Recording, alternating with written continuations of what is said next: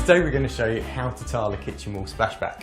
Tiles are a really great practical choice for any cooking and eating area. They're waterproof, stain resistant, easy to clean, and the colour never fades. They come in a huge variety of colours, shapes and finishes that go with any style of kitchen. Fixing them isn't difficult with just a little bit of planning, the right tools and attention to detail. So Terry and I have already taken off the old tiles, so the first thing to do is work out how many packs we're going to need to cover the area. For this we just need a tape measure, a pencil and some paper. Measure the height and width in metres and then multiply the two measurements to work out the area in square metres. How's your maths, Terry? That's 2.53 metres by 0.43 metres, that's approximately 1.1 metres square. We'll need to add on roughly about 10% for cutting and wastage, so let's round that up to 1.2 square metres. This pack covers half a square metre, so we'll need 3 packs. Simple. If the area you're tiling is in a regular shape, for example, where you might want the tiles to go further up the wall under an extractor hood, just split the area into rectangles and measure the height and width of each rectangle and add them together. Knowing the amount of pipes means that you also know how much adhesive we'll need because the coverage in square metres is stated exactly on the tub or bag. Don't forget, we also need sufficient wall tile spacers and grout.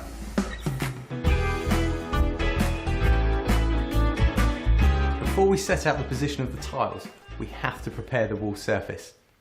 The surfaces should be flat, firm, dry and free from any grease. Using a face mask in a well ventilated area, scrape off any wallpaper, flaking paint or crumbly plaster. If the wall has any defects such as damp or decay, these must be repaired first. If you're in any doubt, seek specialist advice. Now fill any holes or uneven surfaces, but don't overfill and make any bumps. You can use a straight edge such as a spirit level to check for bumps. Patches of new bare plaster or old dry plaster can suck moisture out of the tile adhesive and stop the tiles from sticking properly. To prevent this, we need to prime the area with a suitable primer or PVA adhesive diluted with water. The primer must be dry before you start tiling, so apply it as early as possible and allow plenty of time for this. You can tile over old ceramic tiles if they're flat and firmly fixed, depending on the adhesive you're using. Check the packaging for instructions. Just make sure the grout joints overlap slightly.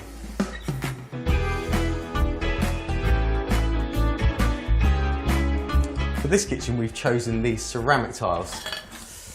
What do you think? Nice, eh Terry? Nice, aren't they? Now a top tip, if your wall's a bit wavy, a smaller tile will conform to the shape better than a larger tile and be less likely to leave corners sticking up. Now we're going to set how to fix the tiles. If you're tiling between two walls, you should always start from the centre of the wall and work towards the corners. Don't start in a corner, otherwise you could end up with a whole tile at one end and a small sliver at the other end. You should aim to have a similar sized cut tile at each end unless you are lucky enough to have a wall length that takes a whole tile at each end, meaning you don't have to cut one. If you're tiling from a fixed object, such as the end of a kitchen worktop, you should start with a full tile at the end of the worktop and work towards the corner. Now we're ready to mark up. If you're tiling above a kitchen worktop, you should be able to tile straight above the worktop as long as it is level and flat. If you're not tiling above a worktop, or if your worktop isn't level and flat, you'll need to fix a temporary batten to the wall. A length of 50mm by 25mm plain softwood, commonly called 2x1, is often used, but any suitable batten can be used. Where a batten is used, it's normally fixed so that the tiling starts at the second row up. Cut tiles are then fixed in the first row after the batten is removed. Here we're tiling above a worktop which is flat and level, so no batten is required. You'll need a notched spreader like this, as well as your adhesive. As we're using ceramic tiles, you can use a ready mixed adhesive. If you're tiling with porcelain tiles, you'll need to use the powdered variety to set your tiles properly.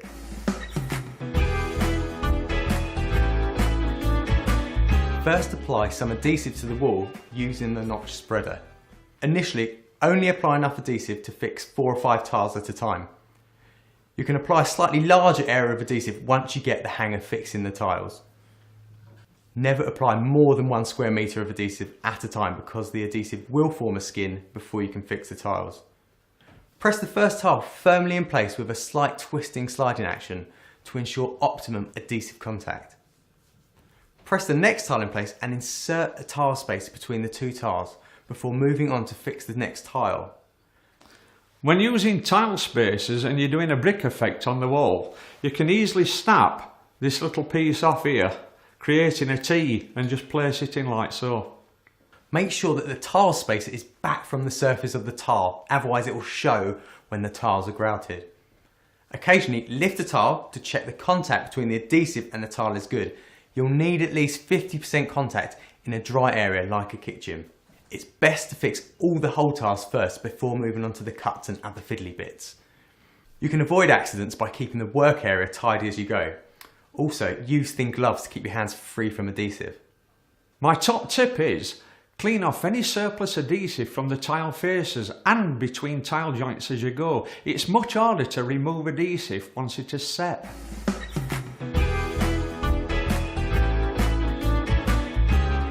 First, score the glazed top of the tile with the cutter wheel. Then you position the line over the pressure point, bear down and the tile snaps like this. So it's measure, score, break. And make sure to score right to the edges for a good clean break.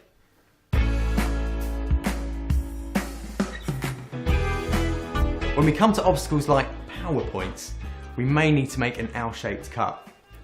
You cannot make an L-shaped cut like this with a flatbed tile cutter. You'd need to use a wet tile saw. But if you don't have a wet tile saw, there is a way around it. You'll need a tile saw like this. Measure and mark out the L using a pencil. Score the cut lines using the flatbed tile cutter.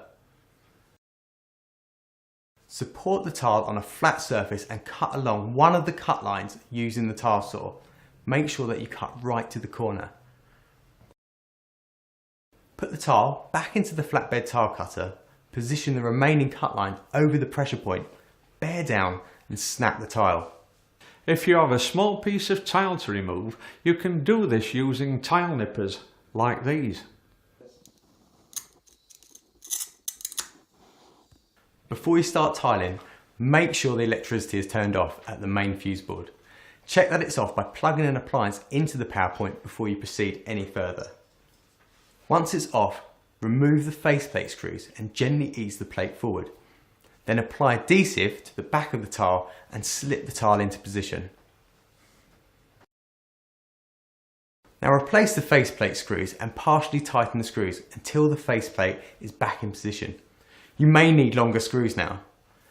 Allow the tile adhesive to fully set before you finally tighten the faceplate screws, otherwise you might break the tile. Only turn the electricity back on when the faceplate is back in position.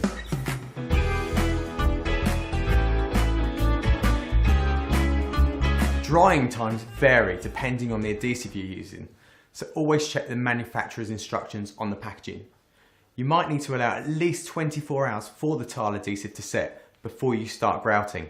Some ready-mix tile adhesives are also suitable for grouting the tiles. If the grout is in powder form, you'll need to mix it with water until it's a smooth paste. When mixing and using grout, use protective gloves and suitable protective clothing to prevent skin contact, and use splash-proof eye goggles to prevent any possibility of eye contact. Be careful not to mix too much or too quickly, as you want to avoid trapping air in the grout. Grouting is always messy, so use a plastic sheet to protect the surface below the tiles. Really work it into the gaps and use the spreader to clean the surface of the tiles as you go. There's no real scientific way of doing it, but just don't be shy. When you've finished an area, allow approximately 15 minutes for the grout to dry before cleaning the tile surface with a damp but not wet sponge.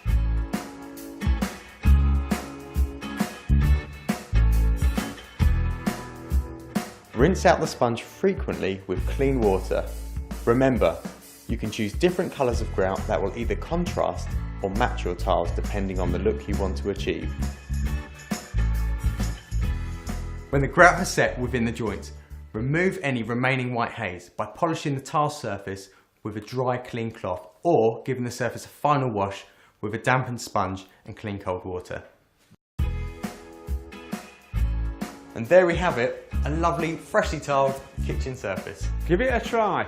For more ideas and know-how, visit DIY.com.